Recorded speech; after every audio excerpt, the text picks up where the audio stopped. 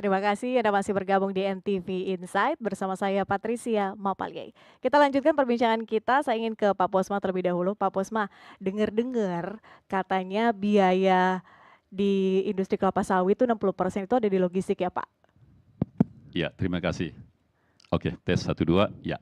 Jadi memang gini, eh, biaya di logistik itu tergantung memang dari mana kita menghitungnya. Ya, kalau yang dimaksud dengan logistik itu murni hanya misalnya perpindahan barang transportasi di darat maupun di laut sampai ke pembeli, dan juga mungkin pergudangan, dan ini kan termasuk salah satu bagian daripada logistik. Mungkin tidak setinggi itu, tapi yang 60% itu adalah sudah termasuk itu pupuk, ya, karena pupuk itu kan kontribusi yang paling besar di dunia perkebunan, ya pestisida, itu memang itu sekitar 60%. Kalau tergolong dengan itu termasuk dengan pestisida dan juga pupuknya. Tapi kalau murni khusus transportasi di logistik saja untuk pengalaman saya sekitar 15 bahkan ada sampai 20%. 20%. 20%. Oh, Bayangkan kalau satu pabrik misalnya eh, dibandingkan pabrik yang satu dengan pabrik yang lain, dia punya pelabuhan. Nah, di sini ternyata mengangkutnya pakai darat. Kalau pelabuhan dulu sekitar 10 tahun yang lalu hanya sekitar 27 rupiah per kilogram sudah sampai ke Jakarta. Tapi ketika kita menggunakan dari darat sampai ke pelabuhan itu saja sudah 300 rupiah. Nah, begitu luar biasa perbedaannya. Jadi makanya itu hak biaya logistik itu tergantung memang seberapa jauh kita akan memindahkan barang tersebut, tergantung seberapa bagus infrastruktur jalannya. Itu juga Nah, berpengaruh gitu. lagi-lagi ke situ ya. Berpengaruh. Bahkan ada lagi, misalnya kita karena kita anggap jauh dan infrastrukturnya tidak bagus, bahkan ada orang buat gudang lagi dekat pelabuhan itu. Ya. Nah, itu kan tetap biaya juga. Jadi memang untuk biaya logistik ini sangat-sangat bervariasi, tetapi kita berharap tentunya ya di bawah 15%. Ya, betul Pak. Nah, Ini gitu. per tahun ya Pak ya datanya ya?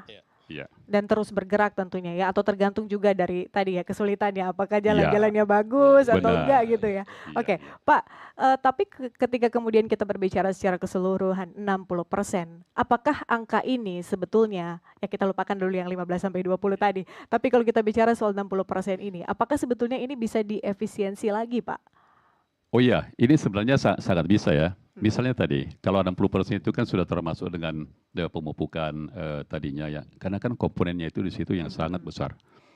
Nah, sekarang ini kan dengan teknologi-teknologi yang lebih maju, dengan pupuk, dengan apa juga pupuk-pupuk yang sudah semakin efektif. Nah, ini sebenarnya kan sudah bisa diatasi perlahan-lahan, dan memang sudah banyak juga perkebunan-perkebunan yang menggunakan pupuk yang lebih efektif lagi. Artinya per pohon itu berapa kilogram per tahun. Nah, itu. Jadi para ahli-ahli agronomi sudah melihat itu sampai ke sana. Nah, jadi diharapkan tentunya dengan adanya dan juga tentang bibit juga. Karena bibit juga berpengaruh ya terhadap konsumsi pupuk. Nah, tentu dari titik itu, di situ nanti yang bisa cukup besar untuk mengurangi. Nah, kemudian dari sisi perpindahan barang, dari misalnya dari titik tertentu ke titik lain, sebagai contoh misalnya di pabrik, TBS dari kebun. Nah, di sini sebenarnya yang sering dilupakan oleh para tingkat tinggi. Nah, padahal inilah masalah yang paling sering dialami, baik perusahaan besar juga mengalami ini. Bagaimana memindahkan TBS itu, misalnya dari pohon sampai jatuh ke piringan, dari piringan sampai kepada TPH, dari TPH sampai kepada pabrik. Di sini justru masalah yang paling besar. Memang buah itu bisa dipindahkan, tetapi banyak berondolan-berondolan yang bertinggalan. Sehingga apa? Di dalam berondolan itu kan minyak 40%, 40 sampai 45%. Dan itulah yang tertinggal di kebun, dan ini menjadi losses. Potensi losses. Iya. Nah, kita kan dari supply chain sini kan, saya tadi quantity juga tentunya ya. Quantity karena begitu kita kontrak dengan buyer, apalagi dengan jangka panjang, quantity itu sudah kita kontrakkan. Quality juga kita sudah kontrak. Nah, ketika lossesnya banyak di lapangan, nah tentu kan quantity ini kita jadi bertarung jadinya. Padahal kan bisa dioptimumkan. Nah, kalau sudah misalnya tertinggal, nanti dikutip-kutip, ini FFA-nya sudah tinggi. Artinya apa? Terganggu quantity dan juga terganggu quality. Jadi tantangan cukup besar sebenarnya. Kalau dalam hal CPO, pemindahan CPO dari pabrik ke pelabuhan, ini peningkatannya cukup bagus. Ya, cukup bagus. Tapi TBS ke pabrik, ini yang masih tantangan-tantangan luar biasa. Baik di perusahaan besar, walaupun jauh lebih bagus, apalagi di perusahaan kecil, ini tantangan luar biasa. Kalau kita pergi ke kebun, lihat di lapangan, itu brondolan, itu biasa berserak. Di pinggir jalan juga seperti itu, apalagi sampai ke pedalaman sana. Itu luar biasa.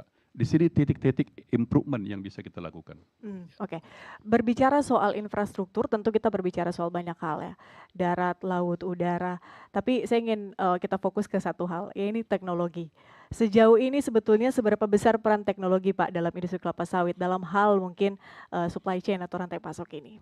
Baik, jadi memang sekarang ini salah satu titik perkembangan supply chain di dunia perkebunan kelapa sawit, yaitu apa? Adanya ERP, karena peran ERP ini cukup luar biasa. Adanya juga IoT, ya Internet of Things, dan bahkan sekarang sudah masuk ke AI. Nah, dengan adanya teknologi ini, ya jadi mereka bisa terintegrasi. Mulai dari A sampai Z sudah bisa diintegrasikan dengan menggunakan ERP. Sehingga apa? Itu mampu ditelusuri dengan cepat. Data-datanya menjadi akurat, sehingga apa? Ketika ada masalah, langsung bisa kita ketahui, dan langsung bisa kita ambil keputusan dengan cepat. Jadi teknologi cukup luar biasa. Saya melihat di situ yang paling cukup bagus gitu ya. Itu bisa tentunya mengurangi biaya. Karena apa? Problem yang selama ini ada sulit dideteksi. Dan problem itu ada tetapi tidak terselesaikan. Dan tidak bisa diekspos apa masalahnya.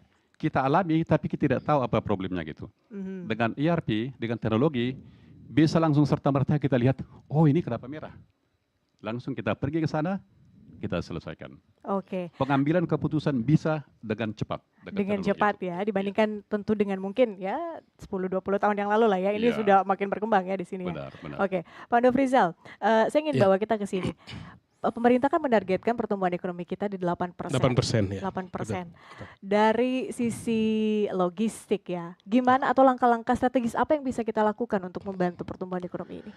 Ya, jadi mungkin sebelum menjawab itu saya ingin garis bawahi bahwa ada beberapa aktivitas logistik penting ya yang harus kita manage dengan baik, yaitu transportasi, kemudian pergudangan, lalu kemudian ekspor impor dan sebagainya. Itu semua terintegrasi dalam satu perspektif supply chain. Jadi itu penting untuk kita garis bawahi. Itu yang pertama. Yang kedua adalah bahwa logistik itu activity yang berorientasi pada efisiensi. Kita berusaha menghemat cost di situ, bukan mencari revenue. Karena orang-orang logistik itu tugasnya adalah mengefisiensikan bagaimana produktivitas lebih baik, lebih bagus gitu ya, lebih efisien, tapi tidak mengorbankan quality. Itu yang dilakukan industri kelapa sawit tadi ya. Itu yang harus dilakukan. Jadi oleh karena itu memanage itu harus terus kita lakukan bersama-sama. Saya melihat bahwa pemerintah selama ini dengan program pengembangan infrastruktur yang kemudian sudah tersebar di seluruh Nusantara gitu ya. Kita melihat bahwa kita masih ada beberapa PR tentang intermodal transportation system. Jadi kita ingin ada konektivitas antara darat, laut, udara, kereta api misalnya gitu ya. Kenapa? Karena kalau kita ambil referensi di dunia internasional misalnya, hampir semua moda transportasi itu bisa di-connect gitu ya. Kalau di kita misalnya contoh kalau ada pesawat landing di Soekarno-Hatta misalnya, next transportation-nya apa? Cuma darat gitu. Keluarnya gitu kan. Jadi sekarang udah ada kereta loh Pak. Ya, kereta baru penumpang, barang belum.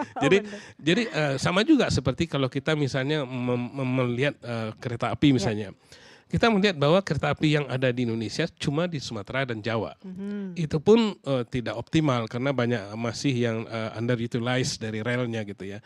Dan itu mostly baru lebih banyak untuk penumpang, bukan untuk barang. Ya. Jadi kalau itu bisa kita tingkatkan terus-menerus, barangkali kendala-kendala geografis atau kendala-kendala alam misalnya seperti di Kalimantan itu bisa diatasi dengan fasilitas transportasi yang lebih modern misalnya gitu. Nah, kalau itu dicapai, saya kira pertumbuhan ekonomi itu kan berujung kepada efisiensi yang tinggi, dan tentu saja harga jual kita di domestik maupun global bisa kita tingkatkan dengan lebih baik. Jadi saya kira kemudian menyambung dari Pak Posma tadi, mungkin sedikit nambah bahwa ada 5 key success factor di dalam logistik itu. Satu, teknologi yang tadi kita bicarakan. Teknologi itu apa sih, Mbak? Adalah alat untuk mempermudah. Kalau mempersulit berarti teknologinya salah. Jadi Bukan teknologi kalau bukan gitu. teknologi kalau gitu. Teknologi itu adalah alat untuk mempermudah, dan hari ini yang mempermudah itu adalah digitalisasi gitu. Itu yang hari ini. Yang kedua adalah partnership. Kita butuh kerjasama yang benar dengan semua pihak gitu ya. Yang ketiga adalah jaringan, network. Itu penting dalam dunia logistik. Yang keempat adalah operational excellence ya. Jadi efisiensi yang terus-menerus kita lakukan. Terakhir yang paling utama adalah people. Jadi orang yang mengerti logistik itu perlu kita didik. Jadi jangan mengandalkan hanya logika berpikir saja mengelola truk, mengelola warehouse, mengelola segala macam itu. Jadi kita perlu men-set orang untuk bisa men-training dengan lebih baik begitu.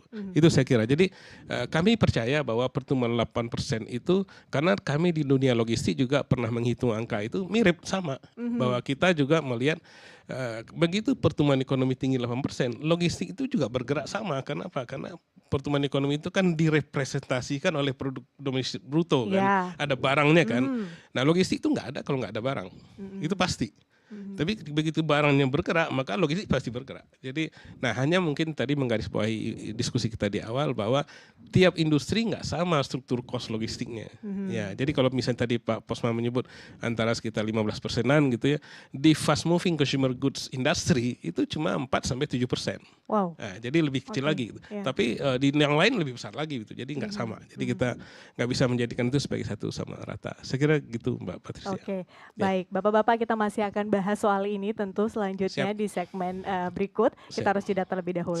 Pemirsa MTV Insight akan kembali usai jeda.